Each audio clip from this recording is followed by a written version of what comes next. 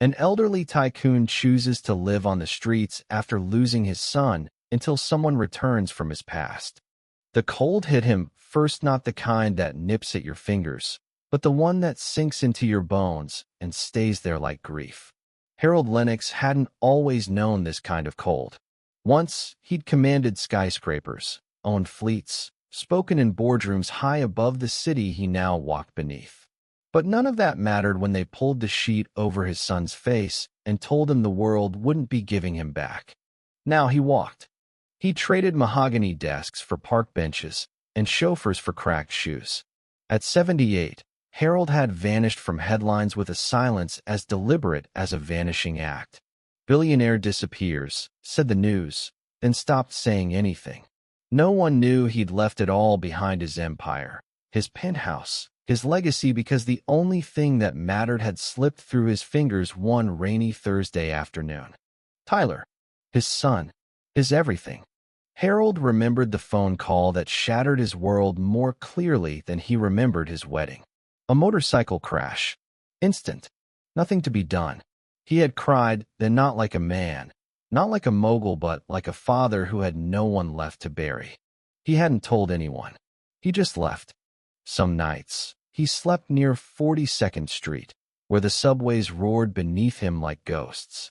Other times, under the West Side overpass, where no one asked questions. He wore layers of wool that no longer smelled like cologne, but like rain and despair. Once, a young woman handed him a sandwich and said, "God bless you." And he had laughed, not kindly. God. Where was God when his son was thrown 50 feet into a tree? Still, Harold survived. Because surviving was habit.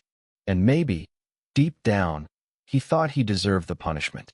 But on the 79th day of his exile, someone said his name. Harold. The voice was soft, female, aged like old paper, but it carried something that stopped him mid-step. He turned. She stood 10 feet away, hair streaked with silver, eyes wide and wet. A coat too thin for December clung to her shoulders, and in her trembling hands, she clutched a paper bag of groceries. "Is it really you?" He squinted. Time had stolen so many faces from memory, but this night was buried deep behind 100 board meetings and $1 million smile. 30, maybe 40 years ago, she had smiled at him differently. Not for his money, not for his power, but for the boy he had once been.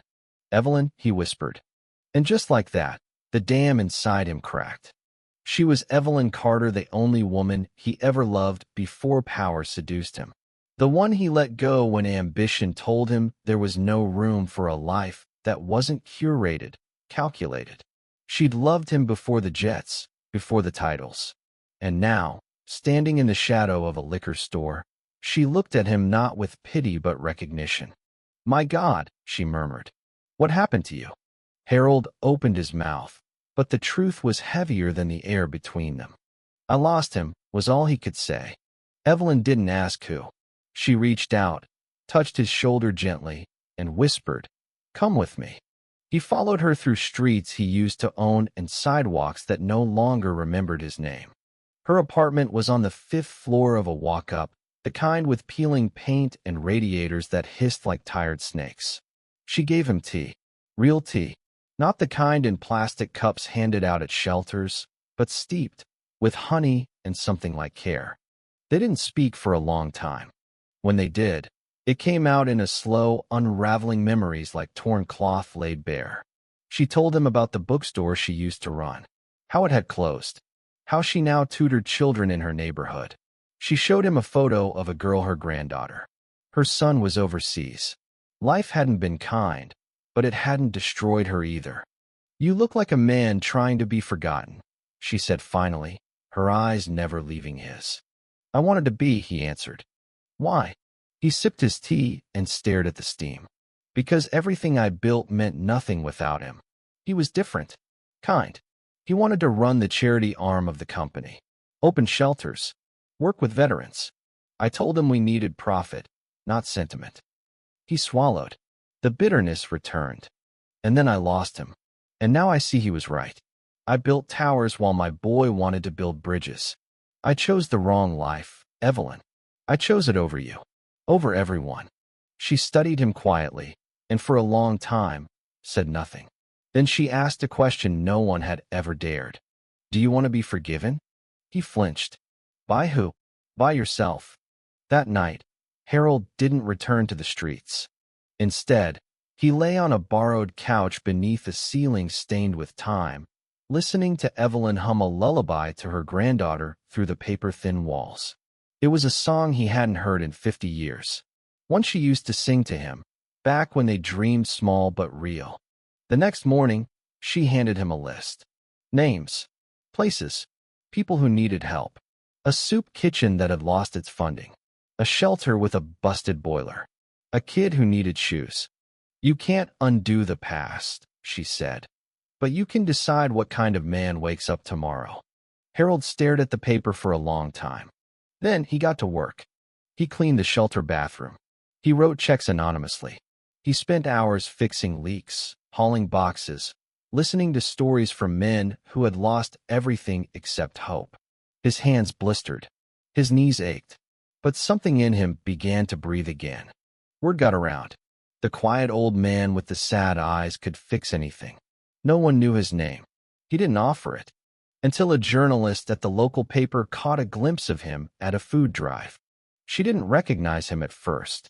Then, one photo and a Google search later, the headline hit. Billionaire disappeared. Found working in local shelter. Cameras followed. Offers came. TV interviews. Biopics. He said no to them all. But one day, he let a boy sit with him on the sidewalk. The child had lost his father. His mother worked nights. He didn't want money. He just wanted to know why Harold was kind to strangers. Harold told him the truth. Because someone once gave me a second chance. And in that moment, he smiled, not the forced grin of a tycoon, but the quiet, human curve of a man who had finally come home to himself. The rest of the story? Well, it wasn't about towers anymore. It was about bridges. For weeks, Harold worked in silence. He was the first to arrive and the last to leave. At St. Dominic's shelter, where the boiler groaned and the floors tilted like a drunken sailor, he scrubbed grout with a toothbrush and carried food crates up 4 flights of stairs without complaint. No one needed to know who he used to be. Out here, a name didn't carry weight, only your actions did. Some of the volunteers called him Old Lenny. Others just called him Sir. No one questioned the pain in his eyes or the way he never quite met anyone's gaze directly. They just accepted that he was one of them. And that quiet belonging did more for Harold's healing than all the therapy his billions could have ever bought. But Evelyn saw everything. At night, she would sit across from him on her frayed armchair, knitting sweaters for kids who didn't know winter without hunger. She'd tell him stories off her granddaughter's drawings, her late husband's jokes, and the bookstore she missed like an old friend. And Harold would listen, nod, sometimes smile. But one night, she asked what she hadn't dared before. Do you ever think about going back? To what? He asked. To the world that remembers your name. He didn't answer right away. He stared at his hands, calloused now, blistered, but somehow real in a way they'd never been before. I used to have everything, Evelyn. Everything except peace. Now I have nothing but peace. Why would I trade that back? She nodded slowly, but her eyes lingered on his. What if someone out there still needs the man you were before the peace? He looked at her, confused. She didn't explain. Not then. That same week, a letter arrived. Handwritten. No return address. I know who you are. I think I might be your grandson. Harold dropped the letter. His mind reeled. Tyler hadn't had children. At least, none that Harold knew of.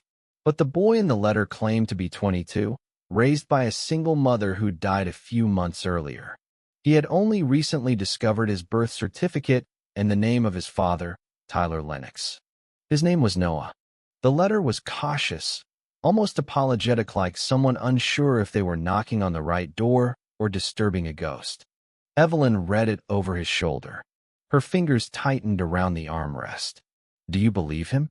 Two don't know, Harold admitted, voice trembling. Tyler never told me. He would have said something, wouldn't he? Maybe he didn't get the chance, she whispered. That night, Harold sat awake, staring out Evelyn's window, where the city blinked back at him in tired neon. His thoughts spiraled between hope and fear. If Noah was Tyler's son, Harold had abandoned more than one generation. The next morning, he called the number at the bottom of the letter. It rang 5 times. Then, a soft voice answered. Hello. Noah. A long pause. Yes. My name is Harold. I got your letter. The line fell into silence, heavy with hesitation. I didn't know if you'd call, Noah said finally, or if you'd even want to. I'm still not sure I do, Harold replied honestly. But if you're my grandson, I need to know. I need to know. They met the following week, in a small cafe on 10th and Green, tucked between a laundromat and a vape shop. Harold wore a coat Evelyn had patched up for him. Noah wore jeans, a hoodie, and nervousness like a second skin. He looked nothing like Tyler. His skin was a shade darker, his eyes a little wider. But when he smiled timid and unsure, Harold felt something break inside him. You have his kindness, Harold whispered. Noah blinked back surprise. You knew my father? I raised him, Harold said, voice brittle. And then I buried him. Noah nodded. Mom never talked much about him. Said he was from a different world. I always thought it meant he didn't want to know me. No, Harold said quickly. No, Tyler would have wanted you. He wanted to change the world. I just wouldn't let him. Noah looked down at his coffee. You don't seem like a billionaire. Harold smiled faintly. I'm not. Not anymore. The conversation that followed was halting but honest. They spoke like two strangers reaching for something fragile between them, something both of them had lost, and neither dared believe they could regain. Harold learned Noah had dropped out of college to care for his mother through her illness, that he worked part-time at a hardware store, that he didn't want anything from him, no inheritance, no recognition, just truth. And Harold, for the first time, gave it. He spoke of Tyler's laughter, of his stubborn optimism, of the way he always saw people, not profits. He confessed to the arrogance that had driven them apart, and the emptiness that had followed. Noah listened, eyes shining. You're not the man I expected, he said softly. I hope that's a good thing, Harold replied. They parted with a handshake that lingered too long to be casual. And when Harold returned to Evelyn's apartment, he sat down quietly and wept. Not for sorrow, but for the small, tentative hope that maybe his story wasn't over. A month later, they worked side by side. Noah had started volunteering at the shelter on weekends, after Harold introduced him to the staff. He was awkward at first, nervous around the older men, unsure how to engage. But Harold coached him through, showing him how to listen without fixing, to sit in silence without retreating. You don't have to have answers, Harold told him. Sometimes people just need not to feel invisible. And Noah understood. He was his father's son, after all. Evelyn noticed the change first. The lines on Harold's face began to soften. He stood straighter, laughed more. The way he watched Noah was different than the way he'd watched the world before, as if every day was a page he'd been given back after thinking the book had ended. Then, one evening, as the winter faded into a wet New York spring, Evelyn told him something else. Noah isn't the only one watching. Harold raised an eyebrow. The foundation your son tried to start, she said gently. There's a lawyer asking questions. A woman. Said she was once Tyler's friend. Said the trust was never dissolved. That the paperwork was still there. Just ignored. Harold frowned. Ignored by me. She nodded. But what if it wasn't too late to change that? The idea hit Harold like a sudden gust. He had spent so long trying to forget, to atone, to disappear. But maybe disappearing wasn't enough. Maybe, just maybe, it was time to build something again. Not for legacy. Not for his name, but for the boy who had once begged him to try. Harold spent the next morning at the edge of the Hudson, sitting alone on a weathered bench near Chelsea Piers, watching the city breathe against the river. His hands were folded on his knees, his thoughts somewhere far beyond the skyline. The air was crisp, almost painfully clean, and it made him feel like something new was being asked of him. Could he really go back not to the man he was, but to the mission his son had once believed in? He stood up, walked slowly back toward the shelter, and found Noah repairing the latch on the soup kitchen storage door. The kid was good with his hands, methodical, focused, with a quiet sort of patience Harold remembered Tyler had always admired in people. "Noah," he said, approaching. The young man turned and smiled. "Hey, old man need something?" Harold chuckled. "I need a favor." Noah straightened up. "Anything. I want you to come with me to a law office. There's something I need to fix, and I don't want to do it alone." That afternoon, Harold walked into the offices of Lancaster and Briggs like a man coming back from the dead. The receptionist blinked when she saw him, then looked again. The last time Harold Lennox had walked through that door, he'd been wearing a suit worth more than her car and barking into 2 phones. Now, he wore a patched wool coat and shoes held together with glue. Still, the lawyer came quickly. Amanda Reyes was 38, sharp-eyed, and carrying a manila folder that looked like it had been waiting years to be opened. "I didn't think you'd respond," she said, eyes fixed on Harold like she wasn't entirely sure he was real. "I almost didn't," he replied. Noah sat beside him, quietly watching. Amanda opened the file. "Your son's trust, the Tyler Lennox Foundation, was filed but never executed. There's a draft of the bylaws, a mission statement, and a provisional endowment of $15 million. It's all sitting dormant." Frozen, Harold stared at the documents. His son's words, his ideas, his dreams, all just ink and dust. Unfulfilled. "I blocked it," he said quietly. "Said it wasn't the right time. I told him to focus on revenue, not refugees." Amanda closed the folder. "We could unfreeze it. The board structure allows for you to appoint new directors. The mission is already in place. It just needs breath." Harold looked at Noah. "Would you?" The young man didn't hesitate. "I think Dad would want us to." So they did. Reviving the foundation wasn't fast. It wasn't easy, but it was real. And every step brought Harold back to life.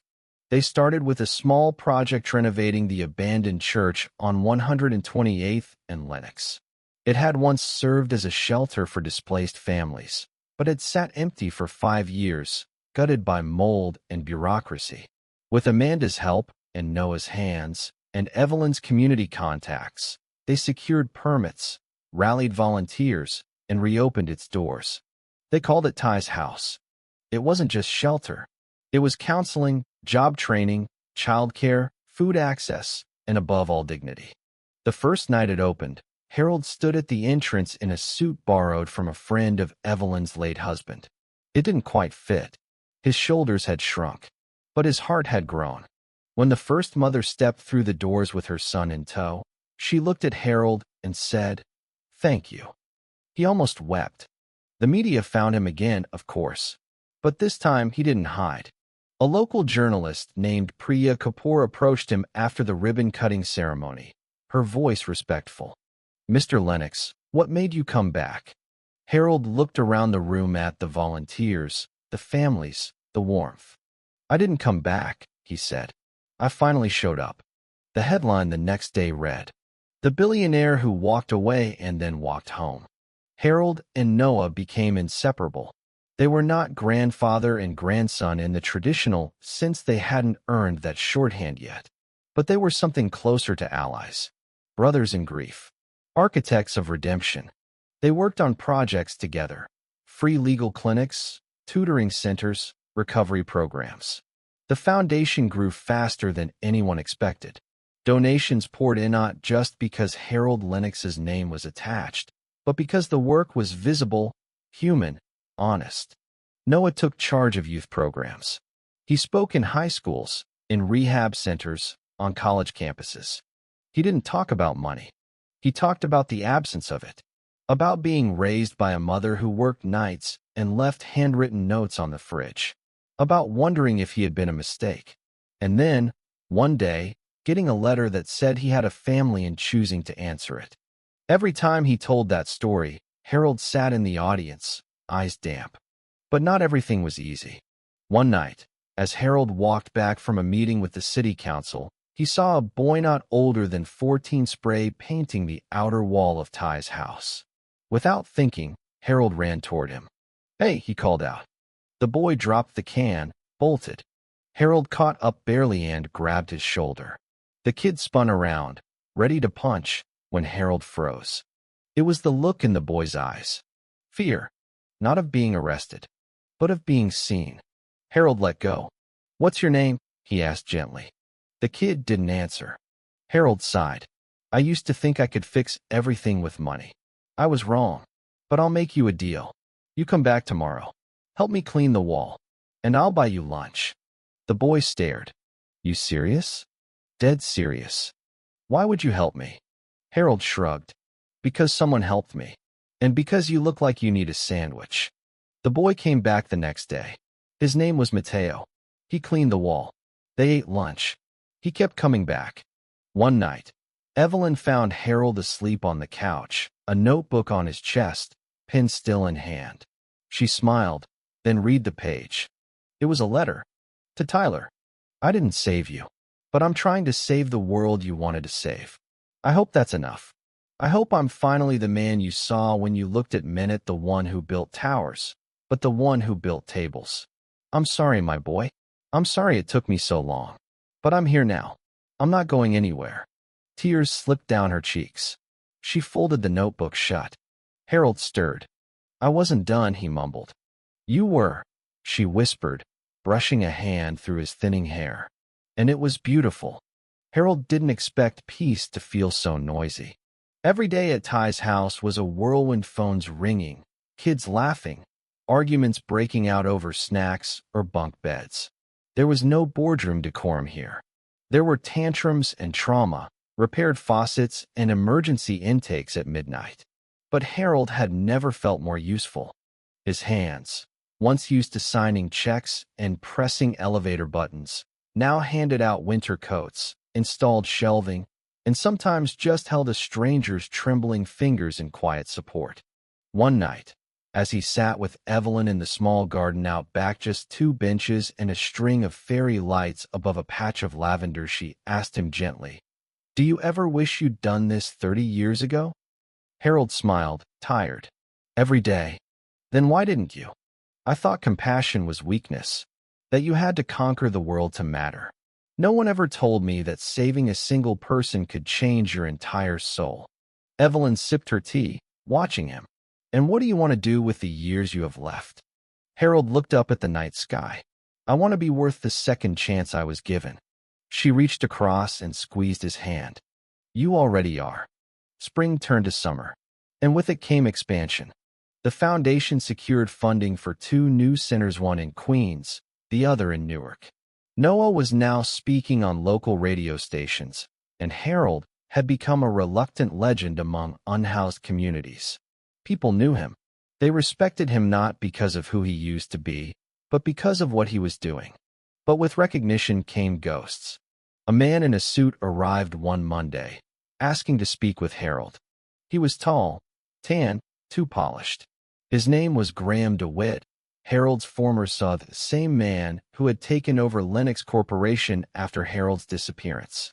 "I heard rumors," Graham said, seated stiffly in Harold's modest office, surrounded by drawings from children and motivational quotes stuck to the wall with Scotch tape. "Didn't believe them until I saw the news. But here you are, looking rustic." Harold smirked. "You here to offer me my job back?"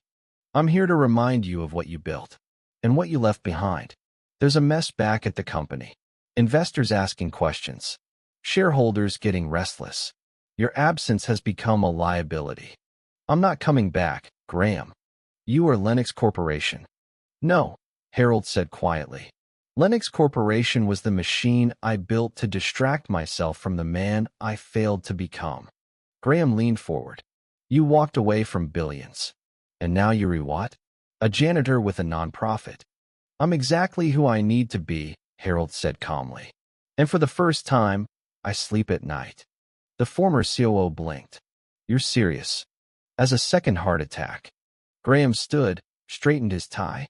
"People still remember your name, Harold. That can be your legacy. Don't waste it under peeling paint and food lines. I'm not wasting it, Harold replied. I'm finally earning it. Graham left without shaking his hand. Evelyn found Harold later that evening, staring into the mirror in the hallway. You okay? Yeah, just thinking. About what? He met her eyes in the reflection. How I spent 50 years climbing a ladder that leaned against the wrong wall. She didn't need to say anything. She just wrapped her arms around him. Weeks later, Harold fell ill. Nothing dramatic, just a cough at first. Then a fever. Then shortness of breath. Pneumonia, the doctor said. His immune system was weaker than they'd realized, and the years of sleeping in rain, breathing city soot, and eating one meal a day had left their mark. He was admitted to the hospital. Noah stayed by his side, refusing to leave even when visiting hours ended. He brought Evelyn's homemade soup, read him newspaper clippings, and told him jokes that didn't always land. Harold smiled weakly. You're a terrible comedian. I get it from you. One night, when Harold's breathing grew shallow, he motioned for Noah to come closer. I need you to do something, he rasped. Anything. Don't lose your fire. Don't let the world make you hard. Your father had that same softness, and it scared me. I thought it made him weak. But now I know it made him whole. Noah nodded, swallowing emotion. You're going to be okay. Harold smiled. You sound just like him. He survived. Barely.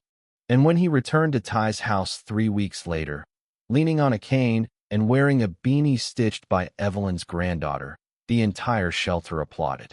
A man named Raymond, who used to sleep on cardboard under the FDR overpass, handed him a carved walking stick. Made it myself, he said, gruff. You got more to build, old man. Harold cried. Right there, in the hallway. And no one looked away. By fall, Harold had started writing again. Not financial reports or shareholder letters, but stories, essays, reflections. He wrote about Tyler, the boy who danced on coffee tables and never stopped asking questions. About Evelyn, the girl he let go and somehow found again. About Noah, the grandson who didn't ask to be part of his story, but changed the ending anyway. He called the manuscript Ashes and Blueprints. One day, he handed the first draft to Evelyn. She stayed up all night reading it. By morning, her face was streaked with tears. It's not just beautiful, she whispered. It's true. Then came the call. An editor at a small but respected publisher had heard about the memoir. A friend of Amanda's. They wanted to meet. They wanted to print it. Harold said yes, not for fame, but because he knew someone out there was sitting in a corner office, hollow inside, wondering why their success didn't taste like joy. Maybe his words could reroute them before they made the same mistake. When Ashes and Blueprints launched, it didn't make the bestseller list. But it made something else. An impact. Letters poured in from men, women, college students, widowers, recovering addicts, even CEOs. I left the job I hated. I started volunteering again. I called my daughter after 15 years. Harold kept every letter in a drawer labeled Tyler's Legacy. He no longer needed stock portfolios or news coverage. This was enough. This was everything. One afternoon, Harold stood on the roof of Ty's house beside Noah. The city stretched beneath them, noisy and alive. You ever think about what happens after all this? Noah asked. What do you mean? When you're gone. Harold smiled. I used to worry about my name on buildings. Now I just hope someone remembers a warm meal and a second chance. You think people can really change?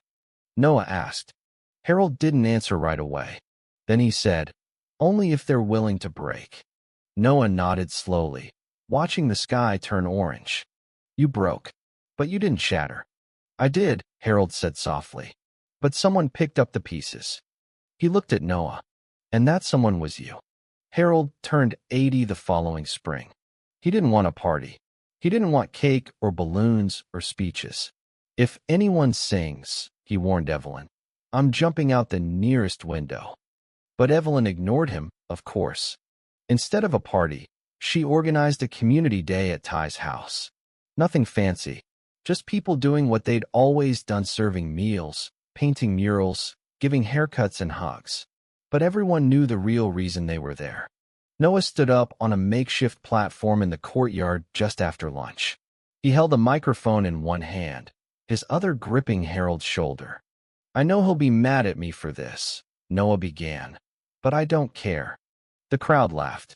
"When I met Harold Lennox, I didn't see a billionaire. I saw a man trying to disappear. But over the past year, I've watched him become more than anything he ever was before, more human, more humble, more present, and most importantly, more of a father than I ever thought I'd know." Harold looked down, swallowing emotion. Noah continued, "He lost his son, but he built something that will outlive us all. Not with money, but with meaning." There was silence, then applause, then laughter, hugs, stories. Mateo, the kid who'd once vandalized the wall, gave Harold a hand-drawn portrait of Ty's house and mumbled, "Thanks for not giving up on people like me." Raymond read a poem he'd written about second chances. Evelyn kissed Harold on the cheek and whispered, "You're home now." It was more than a celebration. It was a testament. But life, as Harold knew too well, rarely sits still when it's good. One night, as he and Noah were locking up, a young woman approached the gate. She was maybe 27, tired, holding a baby in one arm and a duffel bag in the other.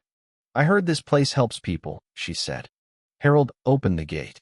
"We do." That night, they gave her a bed. The next morning, a ride to a job interview. The day after that, they helped her find a permanent apartment through the foundation's housing arm. Her name was Marissa, and she became a regular. Every time Harold saw her daughter toddling through the hallway in oversized socks, he felt something ache and mend in the same breath. One evening, he asked Marissa what brought her there. She shrugged. "I was sleeping in my car. Then I heard someone on the train talking about this place. Said it was started by an old rich guy who lost everything." She paused, then added, "Said he found something better." Harold smiled, heart swelling with the strange, bittersweet joy of being known for the right reason. Months passed, then a year. The foundation kept growing. But Harold slowed down. His knees grew weaker. His memory sometimes flickered. He forgot small things, what day it was, where he left his glasses, the names of new volunteers. But he was still sharp in the ways that mattered. He still noticed when someone hadn't eaten. He still remembered how to comfort a man in withdrawal. He still listened when others wouldn't. One afternoon, he asked Evelyn to walk with him just a few blocks, nothing far. They strolled past a bookstore, now a coffee shop, past an alley where he once hid from paparazzi, past the park bench where he had first chosen to vanish. When they stopped to rest, he turned to her. "I don't think I've ever thanked you," he said. "For what?" "For being the only person who didn't try to change me back into who I was." She squeezed his hand. "Because I saw the man you were meant to be. And if I hadn't answered you that day, if I'd walked away, I would have followed," she said simply. Harold looked at her for a long moment, then asked something he never had before. "Do you ever wish I had stayed with you?" "Back then?" Evelyn laughed softly. "Of course I do. But if you had, maybe you wouldn't be the man you are now." "And what man is that?" "The one who saved more lives by breaking than he ever did by building." That night, Harold sat at his desk and wrote another letter. Not to Tyler this time, but to Noah. "My boy, if you're reading this, it means I've finally gone to see your father. I hope he forgives me before I finish the sentence. I've left the foundation in your hands not because of blood, but because of belief. You believe in people, in healing, in starting again. I saw that the first day we met. This world will always try to make you colder, harder. Don't let it. Stay soft. Stay open. That's where the real strength lives. The last part of life isn't about making more, it's about making right. You helped me do that. You gave me a reason to stay. I love you like I loved him. Maybe even more because I got the chance to say it. Don't wait as long as I did. Love. Granddad." Harold passed quietly in his sleep a week later. No pain, no fear, just peace. He had asked for no funeral, just a bench in the garden at Ty's house, beneath the tree he and Noah had planted together their first summer. The plaque read, Harold Lennox. He chose love when it was hardest. He built again. And this time, he built something that stayed. Noah didn't cry at first. He kept working, kept building, kept showing up. But one day, weeks later, he found a pair of worn work gloves tucked behind a drawer. Harold's, still stained from paint and plaster in time. Noah held them to his chest, and the weight of the man, the story, the loss all of it finally landed. He wept in the hallway. Mateo found him, didn't say a word, just sat beside him. That's how it worked now. They held each other through the breaking. Years passed. The foundation grew beyond anything Harold could have dreamed. There were 6 Ties houses across the country, a 7th on the way. Evelyn passed peacefully, her granddaughter now on staff as a youth counselor. Noah married a social worker. They named their son Harold Tyler Lennox. And on a rainy day in December, an elderly woman stood at the gate of the original Ties house. She looked around like she was waking up from a long sleep. A young man approached, clipboard in hand. "Can I help you, ma'am?" She smiled faintly. "I was told this place helps people start again." The man nodded. "It does." She hesitated. "Even the ones who've messed everything up?" He grinned. "Especially those." He opened the gate. She stepped inside. The end.